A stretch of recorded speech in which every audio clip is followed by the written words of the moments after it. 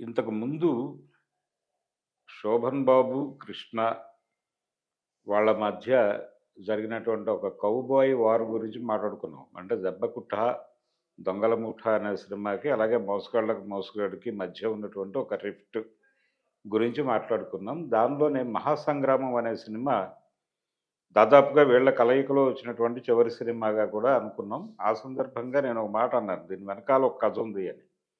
ఈ 'మహాసంగ్రామం' అనే సినిమా సంయుక్త movies banner మీద వచ్చింది. తిరుపతి రెడ్డి గారు వీళ్ళు తీశారు ఈ సినిమాని.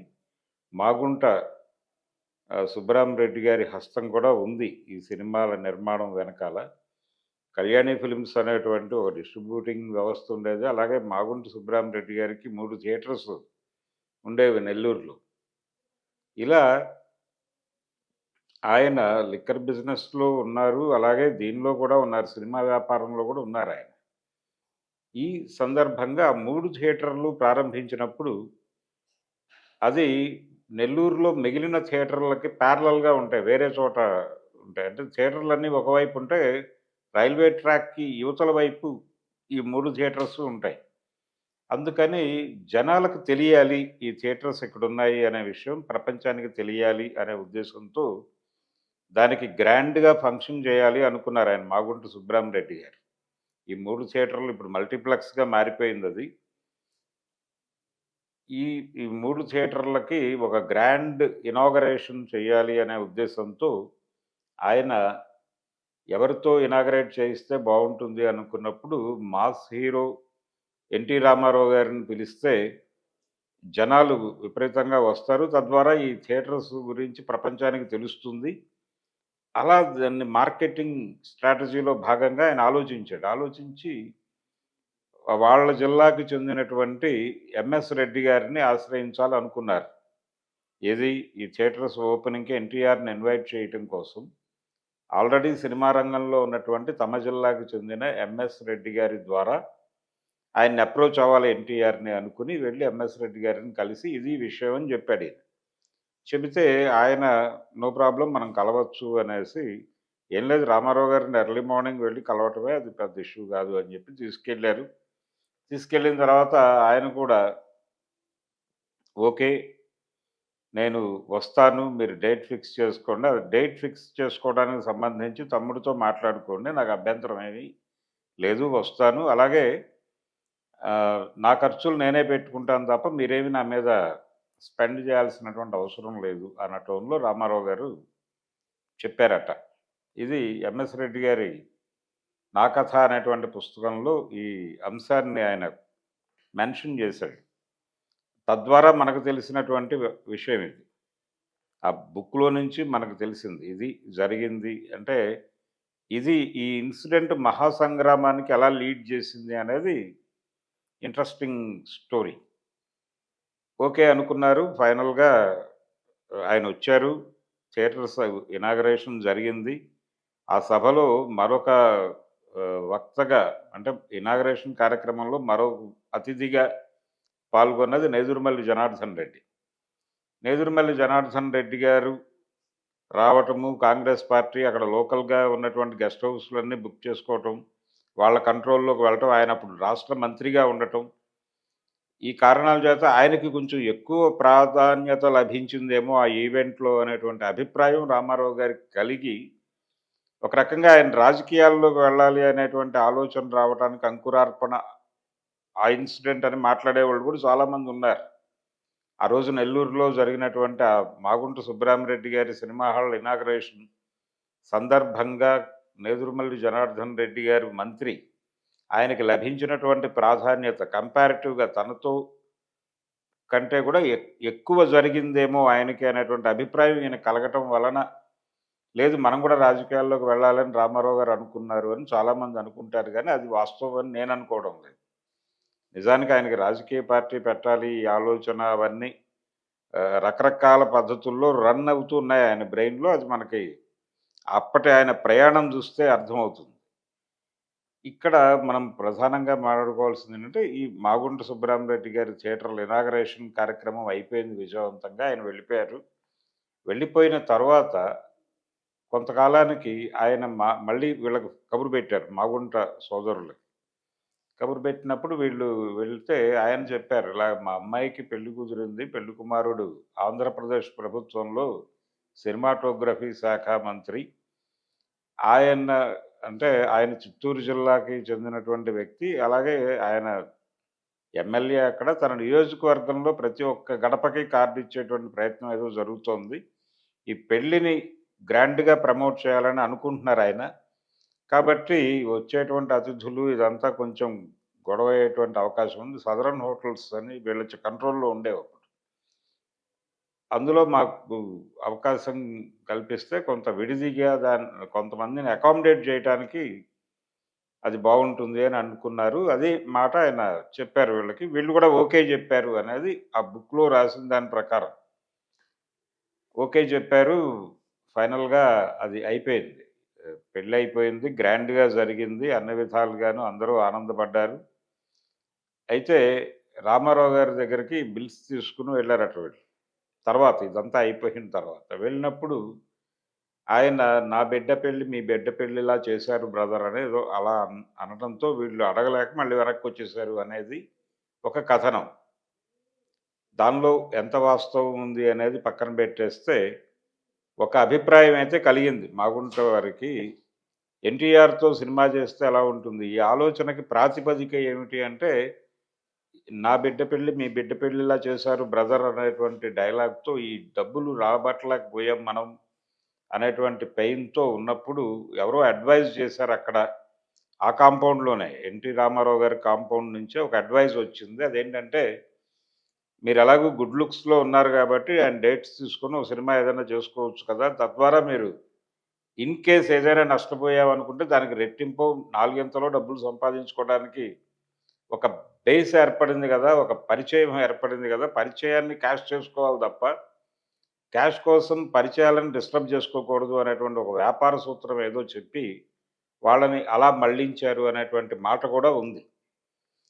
ఫైనల్‌గా ఈయన ఎన్టీఆర్‌తో సినిమా చేయాలి అనుకుని అప్రోచ్ అవ్వటము, ఆ తర్వాత ఏదో మంచి కథ కోసం అన్వేషించటము, వీళ్ళ ఇతర వ్యాపారాలు ఇవన్నీ చేసుకుంటూ మధ్యలో దీని గురించిన ప్రయత్నం చేస్తున్నటువంటి సందర్భంలో పరుచూరి బ్రదర్స్‌తో ఒక స్క్రిప్ట్ డిజైన్ చేయించారు అనేది. అదే 'మహాసంగ్రామం'. ఈ 'మహాసంగ్రామం' కథలో 2 క్యారెక్టర్‌లు కూడా ఎన్టీఆరే చేసేటట్టు. డ్యూయల్ రోల్ సినిమా అది. ఒరిజినల్‌గా స్క్రిప్ట్ డిజైన్ అయినప్పుడు. ఈ స్క్రిప్ట్ డిజైన్ అయిపోయింది. 2 క్యారెక్టర్ల కథ వెళ్లి ఎన్టీఆర్‌కి నరేట్ చేయాలి అనుకున్నారు. ఆయన నరేట్ చేసే పద్ధతి ప్రత్యేకంగా ఉండేది. రామారావు గారి ధోరణి ఎలా ఉండేదంటే, ఆయన మాక్సిమం అరగంట, 20 నిమిషాల నుంచి అరగంట టైమ్ ఇచ్చేవాడు అవతల వాళ్ళకి. కథ చెప్పడానికి. ఆ కథలో మొత్తం ప్రతి డీటెయిల్ చెప్పక్కర్లేదు. జస్ట్ లైను, క్యారెక్టరు చెప్తే సరిపోతుంది. ఇది పద్ధతి. ఆయన రియాక్ట్ అవుతారు. ఆ రియాక్షన్ వెంటనే ప్రొసీడ్ అంటే గనక ప్రొడ్యూసర్‌నొచ్చి కలవమని అర్థం. ఇలాగే 'జంధ్యాల' గారు 'వేటగాడు' సినిమా కథ చెప్పినప్పుడు అది కూడా లైనే. లైను, క్యారెక్టర్ చెప్పినప్పుడు ఇది సమంతక మనోపాఖ్యానం నుంచి తీసుకున్నావు గదా! ఈ పాయింటు అని జెప్పి అడిగాడట ఆయన 'జంధ్యాలని'. అవునని జెప్పాడాయన. నిజమే అది. అలా ఆయన కథని అర్థం చేసుకునేవాడు సమగ్రంగా. వీళ్ళు చెప్పిన లైన్ నుంచి కథని సమగ్రంగా అర్థం చేసుకోవటం అనేది ఉండేది. అందుకని తక్కువ టైంలో పని ముగించేద్దాం. దీని మీద ఎక్కువ ఫోకస్ పెట్టాల్సినటువంటి అవసరం లేదు అన్న టోన్‌లో ఉండేవాడాయన. అలా ఇచ్చినటువంటి టైంలో పరుచూరి గోపాలకృష్ణ గారు ఆయనకి స్క్రిప్ట్ నరేట్ చేశాడు. నరేట్ చేసిన తర్వాత ఆయన విని బావుంది అనే మాట అన్నాడు. బావుంది కానీ అనేసి ఒక ఫుల్ స్టాప్ పెట్టి ఆపేసాడు. అంటే ప్రొసీడ్ అనే మాట రాలేదు ఆయన నోట్లోంచి. ఎందుకు రాలేదు అనేది వీళ్ళకి అర్థం కాల. కథ బావుందనే అన్నారు గదా! ప్రొసీడ్ అని ఎందుకు అనలేదు అనేటువంటి ఒక ధర్మ సందేహంతో వీళ్ళు కొంచెం ఇబ్బంది పడి ఫైనల్‌గా అక్కడ ఎంక్వైరీ చేయటం మొదలుపెడితే, ఆ ఎంక్వైరీలో త్రివిక్రమరావు గారు, లేకపోతే పుండరీకాక్షయ్య గారో ఎవరో వీళ్ళకి క్లారిఫికేషన్ ఇచ్చారు దానికి సంబంధించి. వాళ్ళు చెప్పిందేంటంటే, ఇక్కడ ఒక అంటే ఆయన రాజకీయాల్లోకి వెళ్ళిపోయేటువంటి ఆలోచనతో ఉన్నారు. సినిమాలు చేయకపోవచ్చు మాక్సిమం. అందుకని స్క్రిప్టులు వింటున్నారు గానీ, ఓకే చెప్పడం లేదు. ప్రొసీడ్ అనటం లేదు. అనకపోవడానికి కారణం ఆయనకి ఆల్టర్‌నేటివ్ వేరే ఆలోచన ఉండటం. ఆయన రాజకీయాల్లోకి వెళ్ళాలి అనేటువంటి ఆలోచనలో ఉండటం వలన ఇమ్మీడియేట్‌గా దీనికి ఓకే చెప్పేటువంటి పరిస్థితి లేదు. అందుకని చెప్పలేదు తప్ప ఆయనకి స్క్రిప్ట్ నచ్చక కాదు. నచ్చిందని ఆల్రెడీ చెప్పాడు గదా! ఇంక దానిలో ఇష్యూ ఏముంది అనేది క్లారిఫికేషన్ ఇచ్చారట వీళ్ళు. ఇచ్చిన తర్వాత అయ్యో! ఇలా జరిగిందా? మనం ఆయన గుడ్ లుక్స్‌లో ఉన్నాం. మనం ఉపయోగించుకోలేకపోయాం అనేది బాధపడ్డారు వాళ్ళు. ఏదేమైనా సరే సినిమా చేద్దాం అనేటువంటి ఒక ఆలోచనకొచ్చాం గాబట్టి, ముందడుగు వేద్దామని తిరుపతి రెడ్డి గారిని వీళ్ళని కలుపుకొని మొత్తానికి ఫైనల్‌గా ఒక స్ ఒక సినిమా తీద్దాం అనుకుని వాళ్ళు నెల్లూరుకే చెందినటువంటి ఓ డైరెక్టర్‌ని పెట్టుకున్నారు. ఆయనే కోదండరామిరెడ్డి గారు. కోదండరామిరెడ్డి గారు వీళ్ళు కూర్చున్నప్పుడు అంటే రకరకాల కథలు అనుకున్నారు. ఓ పల్లెటూరు కథ అనుకుని ఇలా రకరకాల చర్చలు జరుగుతున్నటువంటి టైంలో ఒకవైపు 'రాంబో' సీరీస్ ఆడేస్తుంది. 'ఫస్ట్ బ్లడ్' ఇవన్నీ ఆడుతున్నటువంటి సందర్భంలో అవి దీనికేదన్నా ఉపయోగపడుతుందా అడాప్ట్ చేస్తే అనే అభిప్రాయంతో నిజానికి ఈ అభిప్రాయం చిరంజీవి నుంచి వచ్చింది అనేటువంటి వాళ్ళు కూడా ఉన్నారు. ఏం జరిగినప్పటికీ ఎవరు బుర్రలో మొలిచిన మొక్క అయినప్పటికీ 'ఫస్ట్ బ్లడ్' అనేటువంటి సినిమాని నేపథ్యంగా తీసుకొని ఆ లైన్స్‌లో లోకల్ కథతో సినిమా చెప్పాలి అనే ఒక అభిప్రాయం అయితే పరుచూరి బ్రదర్స్‌కి వచ్చింది. వచ్చిన తర్వాత వాళ్ళు ఆ తరహా స్క్రిప్ట్ డిజైన్ చేసి చిరంజీవితో 'ఖైదీ' అనేటువంటి సినిమాని తెరకెక్కించారు. అది ఎంతటి సెన్సేషనల్ హిట్ అయిందో మనకు తెలుసు. ఆ సినిమా 'ఖైదీ.' అది యాక్చువల్‌గా ఆ ప్లేస్‌లో రామారావు గారు రాజకీయాల్లోకి వెళ్ళకుండా ఉండి ఉంటే 'మహాసంగ్రామం' స్క్రిప్ట్ పడాల్సినటువంటి టైంలో ఈ సినిమా పడి ఈ సినిమా రిలీజ్ అయ్యి చిరంజీవి బిగ్ స్టార్‌గా ఎమర్జ్ అయ్యాడు. అప్పటికే ఆయన ఇండస్ట్రీలో ఉన్నాడు. కానీ ఒక రకంగా ఆయనకి ఎలివేషన్ ఇచ్చినటువంటి సినిమా అది. 83లో రిలీజ్ అయినటువంటి 'ఖైదీ' సినిమా. అదే 83 జనవరిలో రామారావు గారు ముఖ్యమంత్రి అయ్యాడు. ఆయన ముఖ్యమంత్రి అయిన కొద్ది రోజులకి 'ఖైదీ' సినిమా రిలీజ్ అయింది. ఈ లైన్. సో, ఆ 'మహాసంగ్రామం' అనే కథ ఉండిపోయింది వాళ్ళ దగ్గర. ఉండిపోయి సరే దీన్ని ఇద్దరు హీరోలతో చేయిస్తే ఎలా ఉంటుంది అనేటువంటి ఒక ఆలోచన వచ్చి చేసినటువంటి ప్రయత్నమే ఫైనల్‌గా మనం తెర మీద చూసినటువంటి 'మహాసంగ్రామం'. ఏది 'కృష్ణ', 'శోభన్ బాబులతో' చేయించారు ఆ క్యారెక్టర్. ఎప్పుడైతే డ్యూయల్ రోల్ కోసం అనుకున్న లైనో ఇది, అందులో ఏదో ఒక పాత్రకి ప్రాధాన్యత తక్కువుంటుంది. ఒక పాత్రను రైజ్ చేస్తారు. ఇది ఏ డ్యూయల్ రోల్ సినిమానో అయినా గాని జరిగేదే. అలా ఈ డ్యూయల్ రోల్ కాన్సెప్ట్‌తో వెళ్ళినటువంటి కథని ఇద్దరు హీరోలతో ప్రత్యేకంగా తీసేటప్పుడు ఖచ్చితంగా దానికి సంబంధించినటువంటి కొన్ని జాగ్రత్తలు తీసుకోవాలి. స్క్రిప్ట్‌లో చాలా మార్పులు చేసుకోవాల్సిన సందర్భం వస్తుంది. ఇద్దరు హీరోలని బ్యాలెన్స్ చేస్తూ స్క్రిప్ట్ నడపాల్సినటువంటి అగత్యము, అవసరము పడుతుంది. ఇలాంటి సందర్భంలో ఆ పని ప్రాపర్‌గా జరక్కపోవడంతో కృష్ణ గారి క్యారెక్టర్ ఆయన రెవల్యూషనరీ క్యారెక్టర్ చేస్తే ఈయన సైనికాధికారి పాత్ర పోషించారు. శోభన్ బాబు గారు. ఇది ఈ మిస్ మ్యాచ్ అయింది. ఈ బ్యాలెన్స్ చేయటము అనే దగ్గర మిస్ మ్యాచ్ అయ్యి శోభన్ బాబు గారి కంటే కూడా కృష్ణ గారు పోషించినటువంటి క్యారెక్టర్ ఎక్కువ ఎలివేట్ అవ్వటం రకరకాలుగా ఎలివేట్ అయిందది. అంటే సినిమాలతో సంబంధం లేకుండా చూసినోళ్ళు కూడా ఒక రకంగా అది అంటే స్ట్రెయిట్ తాలూకా ఒపీనియన్‌తో ఐడెంటిఫై అవ్వడం చాలా తక్కువ సందర్భాల్లో జరుగుతుంది గానీ, స్ట్రెయిట్ వలన నష్టపోయేటువంటి వాళ్ళ జీవితాలతో ఎక్కువ కనెక్ట్ అవుతారు జనాలు. అలా అందులో రెవల్యూషనరీ క్యారెక్టర్ కృష్ణ గారు పోషించారు.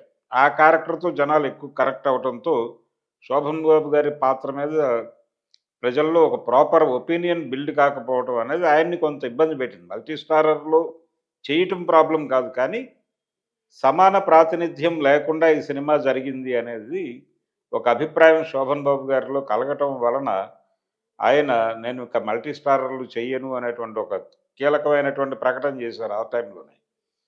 అలాంటి ప్రకటన రావటానికి దారితీసినటువంటి సందర్భం 'మహాసంగ్రామం' అనేటువంటి సినిమా.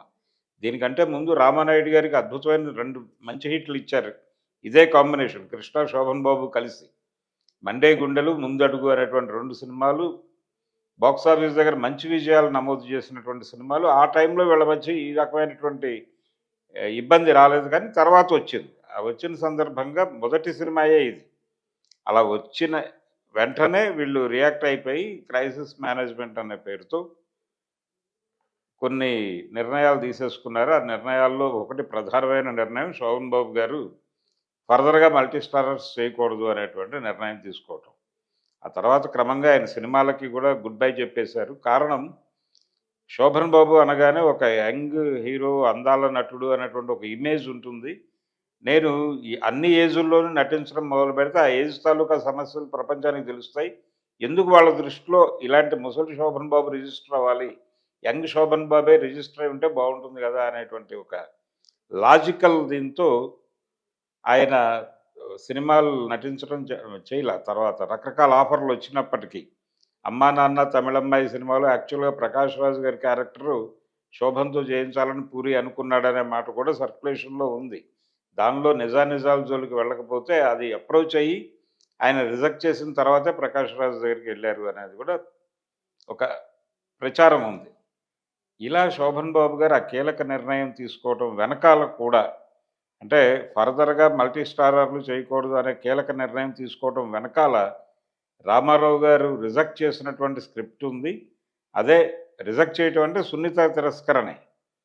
ఆయన నిజానికి పాలిటిక్స్‌లోకి వెళ్ళే మూడ్ లేకపోయుంటే డెఫినిట్‌గా సినిమా చేసుండేవాడేమో డ్యూయల్ రోల్‌లో. వర్కౌట్ అయ్యేదేమో 'బొబ్బిలి పులిలాగా'.